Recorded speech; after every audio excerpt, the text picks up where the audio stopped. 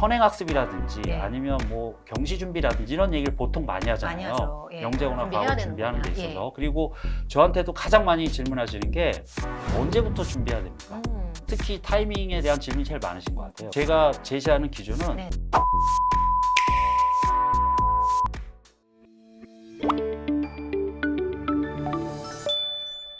안녕하세요. 교육 고민을 대신 물어봐주는 교육대기자TV, 저는 대기자 방종임입니다. 영재학교 원서 접수를 시작으로 특목고 입시가 본격화됩니다. 이에 특목고 입시 준비를 놓고 고민하는 학생과 학부모를 위해서 대비법 알려드리는 시간 마련해 보겠습니다. 안녕하세요, 대표님. 예, 안녕하세요. 인사 말씀 좀 부탁드립니다. 네, 안녕하세요. 입시 컨설턴트 임태형이라고 합니다. 영재학교 원서 접수가 지금 시즌이죠. 예. 지난해 특징을 바탕으로 올해 좀 예상을 좀 해주신다면요. 예, 일단 영재고 입시가 지난 2022학년도, 그러니까 재작년 입시부터 조금 변화가 있었어요. 네네. 지필고사 난이도라든지 아니면 지역인재 선발이라든지 이런 부분들이 지금 2022학년도 이후하고 좀 달랐었는데요. 네네. 변화된 내용이 작년 입시 그리고 올해 입시에도 계속 이어진다고 보면 되고요. 사실은 2022학년도 이후 입시는 내용적인 면에서는 작년이나 올해나 큰 차이는 없습니다.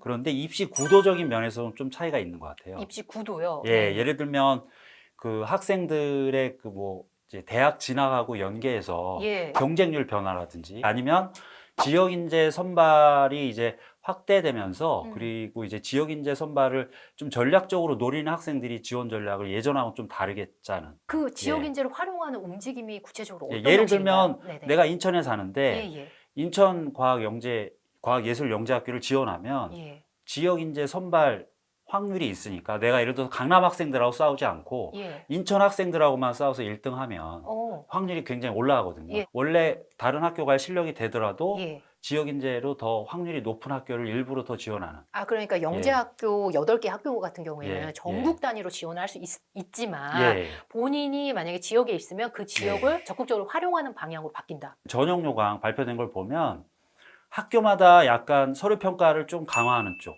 서류 그다음에 평가를요? 예, 서류 평가를 또 약간 약화시키는 쪽.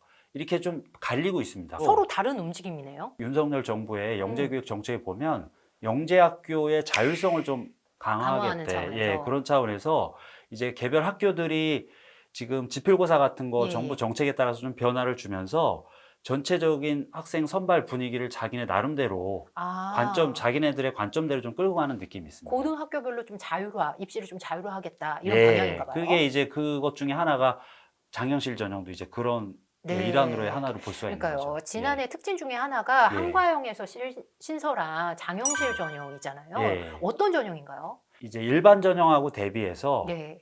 특정 영역의 탐구나 잠재 역량이 뛰어난 학생, 네. 예, 이런 학생을 뽑는 전형인데 네네. 입시 형식 측면에서는 지필고사를 보지 않는다는 특징이 있습니다. 예, 대신에 서류나 면접, 특히 이제 2단계에서 심층 구술 면접. 그래서 1단계는 서류 평가와 서류 중심 면접 진행하고 2단계에서 이제 수학과학 또는 본인이 그 활동 기록서. 학교장 추천으로 인해서 예, 그게 이제 작년하고 또 네. 바뀐 부분 중에 하나인데 네네. 올해부터는 학교당 2명씩만 2명씩. 예, 지원할 수 있는 그런 식으로 바뀌었습니다. 학교별로 특징적인 전형을 신설하는 움직임이 좀 나타나지 않을까? 이런 생각이 드는데 어떻게 보세요? 예, 그러니까 이제 교육부에서 영재교육 관련된 정책을 바꾸면서 유도한 부분이 바로 그런 부분이거든요. 예. 그러니까 지금 획일화된 입시에 맞춰서 예. 학생을 뽑는 게 아니고 그 입시 기준에는 미치지 못하지만 자기만의 뭐 특별한 역량을 갖고 있는 학생들, 네네. 또 영재학교들도 이제 그런데 조금 관심을 갖게 되는 계기가 되지 않을까. 작년에 경쟁률은 어땠나요? 작년에 경쟁률은 한 평균 6대1 정도. 6대1. 예, 그런데 재작년에 비해서 약간 올랐어요. 약간 올랐어요. 예, 그런데 중3 학생 수가 작년에 그 황금 돼지 때 그래가지고 엄청 많았거든요. 그러네요. 전년 대비 2006년생 대비 한 9.7%. 가 그러니까 많은 상태에서 경쟁률이 1.3%밖에 안 올랐다. 이거는 사실상 경쟁률이 떨어진 거나 마찬가지죠. 예. 의대로 가는데 페널티를 주겠다. 그게 좀 크죠. 그죠. 예, 왜냐하면 영재학교는 워낙 이과 계열 최상위권 학생들이 지원하다 보니까 그 학생들은 당연히 의대에 진학을 한 번쯤은 고민해 볼 수 있는 거고. 네네. 영재학교에서 과거에는 그래도 뭐 수능으로든 학종으로든 의대를 가는 친구들이 상위권 영재고 중심으로 적지 않았었는데 그게 이제 정책적으로 계속 차단되고 있는 입장이다 보니까 의대에 막힌 거 좀 영향이 있다고 보고요. 예, 예. 이제 과학고 같은 경우는 경쟁률이 상대적으로 많이 올랐어요. 오, 그래요? 예, 지원자 수가 한 13% 정도 증가했거든요. 네네. 그러니까 영재고하고는 좀 대조적이죠. 예. 근데 그거하고 이제 비교해서 좀 설명해 보면 의대도 마찬가지로 그 설명을 이제 충족시킬 수가 있고 그것 이외에도 그 과고 입시는 이제 지필고사가 없거든요. 예. 영재고는 지필고사가 이제 핵심 전형 요소이기 그렇죠. 때문에 설명을 드리면 1단계는 예. 서류 전형, 예. 2단계가 영재성 검사, 예. 그리고 3단계가 캠프 형식의 예. 전형이잖아요. 예. 그래서 그 지필고사 2단계 지필고사가 정말 중요한데 네네. 그 지필고사는 사실은 잘 알고 계신 것처럼 오랫동안 학원에서 좀 심화 공부를 많이 해오고 경시 준비라든지 이런 걸 해온 학생들이 아무래도 경쟁력이 좀 있을 수밖에 없는데 네. 그 전에 이제 지금 중학생들이 코로나 세대거든요. 네네. 그래서 학원이라든지 이런 학습량, 전반적인 학습량이 선배들에 비해서 많이 좀 떨어집니다. 그래서 그 영재고 준비를 위한 예. 공부량이 사실 전 선배들보다 좀 학생들이 많이 줄은 느낌이 있습니다. 지필고사가 더군다나 작년부터 기출문항이 공개되면서 네네. 그전에는 사실은 학원을 다니지 않는 학생들은 영재고 2단계 수준을 잘 모르고 준비한 학생들도 많았어요. 어느 정도 내가 접근 가능하겠다, 접근 안 되겠다 이런 현실적인 판단을 학생들도 좀 네. 늘어난 것 같고요. 네네. 그러다 보니까 상대적으로 이과 쪽에 관심 있는 학생들 중에서 최상위권 학생들, 의대까지도 내가 생각하고자 하는 학생들은 예. 지필고사 부담도 있고 또 의대를 막는 것도 있고 근데 이제 과학고 같은 경우는 상대적으로 입시 준비 부담은 좀 적으니까 그리고 좀 뒤늦게 뛰어들어도 되는 경우도 좀 영재학교보다는 꽤 있거든요. 예. 그래서 과학고 경쟁률은 오르고 영재학교 경쟁률은 사실상 상대적으로. 내려갔다. 그럼 올해는 어떻게 보세요? 사실은 고등학교 입시는 학생 수 이제 변수가 가장 큽니다. 기본적으로는 뭐 영재학교는 경쟁률이 더 크게 작년보다 더 오르거나 그러기는 쉽지 않다고 봅니다. 근데 뭐 제가 경쟁률을 잘 맞추진 못하는데 아무튼 학생들이 지켜보겠습니다. 변칙적으로 움직이는 경우가 많아서 예. 근데 뭐 어쨌든 지금 이공계 선호 현상 계속되고 있거든요. 중간에 요즘에 이런 기사들 굉장히 많이 나오던데 중간에 중도에 탈락하고 의대로 지향하는 친구들 많은 것 같다. 영재학교에서요? 영재학교에서요. 그거는 일부 영재학교에 좀 제한된 것 같아요. 네. 그러니까 예를 들어서 뭐 한과형이나 지역 과고들, 지역 영재고들은 그런 학생들이 많지는 않고요. 이제 서울이나 경기 쪽, 그쪽 서울이나. 학생들은 워낙 그 전부터 의대 진학률이 뭐 20, 30% 넘을 때도 있었거든요. 네.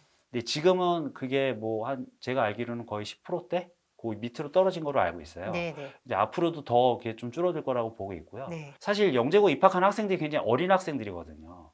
그렇죠. 그래서 들어가서 바뀌는 학생들도 꽤 있긴 해요. 어린 학생들은 마음이 흔들립니다. 친구 그리고 따라갈 수도 있고. 사실은 의대 준비하는 학생들 또 과거나 영재고 준비하는 학생들도 그런 친구 영향이 가장 많습니다. 같이 학원 다니면서. 학원에서 자기는 원래 생각 없었는데 자기하고 같은 반에 있는 친구들이 다 의대 아니면 또 특목고 준비한다고 하니까. 그리고 영재학교 같은 경우는 중2부터 지원 가능하잖아요. 뭐 중1도 지원은 가능합니다. 아, 중1도 가능해요? 왜 그러냐면 영재학교는 고등학교가 아니고 영재교육기관이라 영재교육기관이죠. 다만 거기 이수를 하면 고등학교 졸업 자격을 주는 거예요. 그러니까는 실질적으로 고등학교는 아닙니다. 어떻게 보면. 그러면 중2가 지원하는 경우도 꽤 있습니다. 중2는 꽤 있습니다. 그간 다수의 학생 사례를 좀 경험을 바탕으로 어떤 친구들이 과학고 영재학교에 관심이 있고 어떤 로드맵으로 좀 준비를 하는 경우가 많은가요? 일단 기본적으로 당연히 수학과학을 잘하는 학생들, 좋아하는 학생들이죠. 그쪽에 특화된 고등학교를 너무 잘 알고 있으니까. 그리고 이제 대입에 대한 좀 욕심이 아무래도 많은 학생들이죠. 부모님도 일찍부터 그렇고. 대입에 관심이 있다 보니까 그렇죠. 고2부터 좀 세팅을 하자. 당연히 대입 걱정하다 보니까 여기 가려면 어느 고등학교가 유리할까 이런 생각을 당연히 하게 되는 거고 아니면 뭐 경시 준비라든지 이런 얘기를 보통 많이 하잖아요. 영재고나 과거 준비하는 데 있어서. 그리고 저한테도 가장 많이 질문하시는 게 언제부터 준비해야 됩니까?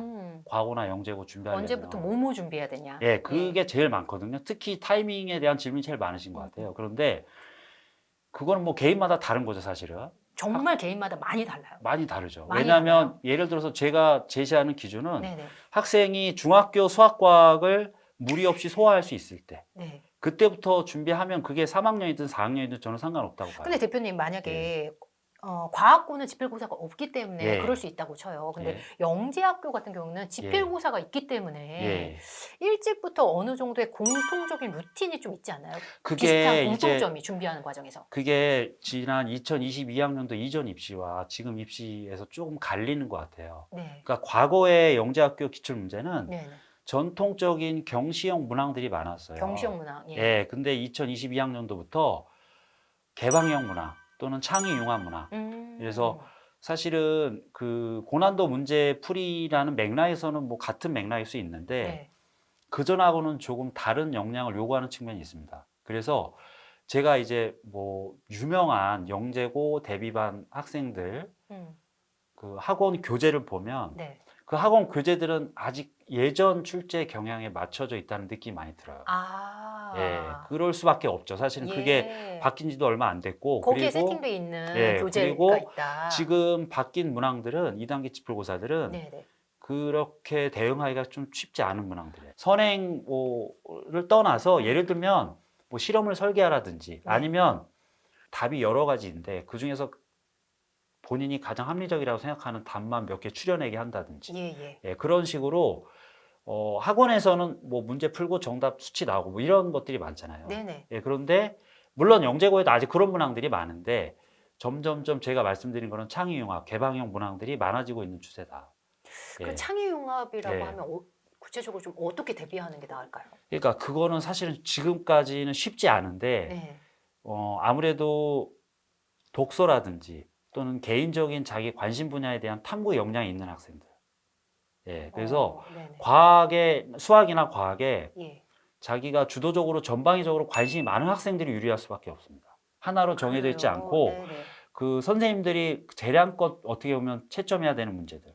예, 그런 문제들도 이제 하나둘씩 많아지는 그러면 거죠. 이렇게 달라진 예. 패턴을 부모님들이 만약 관심이 있으시다면 예. 홈페이지에 요즘에 예, 많이 기출문제 다 있습니다. 해놨잖아요. 예. 보시면 좋을 것 같아요. 예, 당연히 그걸 봐야 되는데 예. 사실 그거 안 보고 준비하시는 분도 많으시더라고요. 많으실 것 같아요. 예, 근데 예전 요즘 패턴으로. 예, 맞습니다. 왜냐하면 뭐 시중에 판매되는 관련된 교재라든지 학원 교재가 아직은 3년 전 입시에 다 맞춰져 있거든요. 네네. 그 부분 좀 유의하셔야 될 것 같습니다. 혼자 공부할 수 있다고도 보세요. 학원의 필수 여부 어떻게 보세요? 아직까지는 학원이 좀 도움 없이 붙는 학생들은 굉장히 소수라고 봐야죠. 아직까지는. 네. 예, 그런데 제가 지금 말씀드린 건 네. 변화 양상을 말씀드린 거고 네네. 그게 지금 뭐 이제 갈수록 그런 성향이 더 심해지지 않을까. 수학과학을 자기가 객관적으로 어느 정도 잘하는지 학생들이 사실 판단하기 되게 어렵거든요. 학부모님도. 네네. 그래서 저는 수학과학을 좋아하면 1차 목표는 오히려 좀 과학고로 잡는 게 좋다. 그리고 영재고 입시는 약간 보너스 입시로. 보너스 있이. 예. 예. 그렇게 하는 게 부담 없이 준비할 수 있고 물론 영재고 준비하는 학생들은 대부분 학생도 학부모님도 굉장히 그쪽에 열망하는 게 크기 때문에 네. 진짜 영재 오히려 과거 합격해도 실망하는 경우도 있으세요. 영재학교 떨어지고 과거 예, 갔다고? 영재학교가 1차 목표였는데 네. 근데 그런 필요까지는 없지 않나 제 개인적으로 네. 그렇게 생각하는 것 같습니다. 둘 다 자기소개서를 보잖아요. 예. 자기소개서를 조금 효과적으로 쓴다. 예. 어떤 팁을 주실 수 있을까요? 사실 그 자기소개서 학생들이 가장 크게 하는 실수 제가 하나만 좀 말씀드릴게요. 네네. 보통 영재학교나 과학고 자기소개서는 수학, 과학 소재를 많이 적게 되는데 네. 그러다 보니까 학생들이 그 자기가 선택한 소재의 어떤 변별력에 신경을 많이 써요. 예를 들면 내가 한 탐구나 내가 한 공부가 과연 다른 친구들보다 어렵고 우수하고 뛰어난 공부일까? 네네. 아니면 그냥 누구나 다 공부하는 평범한 내용일까? 네네. 이런 거 고민을 많이 해요. 그러다 보면 그 소재가 주인공이 되는 경우가 많습니다. 아, 자기는 변별하기 위해서 어려운 소재를 했는데 예. 거기에만 포인트를 두는 거죠. 예. 어떤 학생이 중력상수에 관심이 많아서 네. 중력상수에 관해서 자기가 탐구를 했는데 네. 그 뭐 캐번디시라는 과학자가 네. 그 중력상수를 찾아내는 그 실험 과정을 자세히 있습니다. 음. 그건 자기소개서가 아니고 캐번디시 소개서가 됐어요. 예를 들면 그런 거죠. 네. 그리고 과정이 그건 생략돼 있네요. 그렇죠. 자기소개서에서의 예. 차이가 굉장히 큰가요? 학생들마다 차이가 크죠. 예, 왜냐하면 자기소개서는 우리가 학생들이 지금 뭐 대입에서도 폐지가 되긴 했지만 네네. 고입은 계속 어쨌든 유지가 되고 있거든요. 근데 학생들이 접해보지 못한 영역이다 보니까 상당히 좀 어려워해요. 어려워한다는 건 학생들마다 격차가 커질 수 있다는 거죠. 그리고 예. 지금까지는 입시에서 써본 적이 없을 것 같아요. 그렇죠. 어린 말고는 학생들이니까 쓴 뭐 예를 들어서 적이 영재교육원 할 때 조금씩 그때는 쓰는 있죠. 학생들이 네. 있어요. 근데 요즘에는 예전처럼 영재교육원을 많이 안 다녀서 그 경험조차도 없는 학생들이 많고. 네. 예, 그래서 기준 어떻게 평가되는지 기준을 잘 모르는 학생들이 많습니다. 근데 이 자기소개서를 바탕으로 예. 면접이 있을 경우 면접도 볼 거잖아요. 예, 이게 그렇죠. 판단 기준일 거잖아요. 예, 그렇죠. 형식 위주가 아니고 내용 위주로 적어야 되는데 근데 학생들이 착각을 많이 해요. 예를 들면 나는 수학을 잘하고 수학에서 예를 들어 내가 기하를 잘하는데 그쪽에서 내가 탐구하거나 뭐 특별히 뭐 책을 읽거나 그런 게 없어.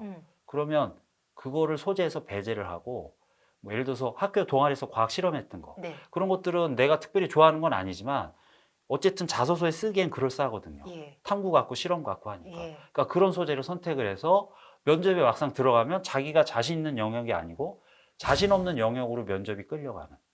예, 그런 그럴 수 있을 것 문제점들도 같아요. 많이 있습니다. 영재고나 과거나 마찬가지입니다. 반드시 좋아하는 관심이 있는 거를 다뤄야 될 예, 텐데. 그걸 소재를 그게 본인이 보기에는 좀 이렇게 수준이 떨어진다 치더라도 예, 그쪽을 쓰는 게 맞습니다. 만약에 대표님이 좀 추천하는 방식으로 예, 그 영재학교나 과학고를 좀 준비를 한다. 예. 어떤 방식이 그나마 합격에 좀 더 다가갈 수 있을까요?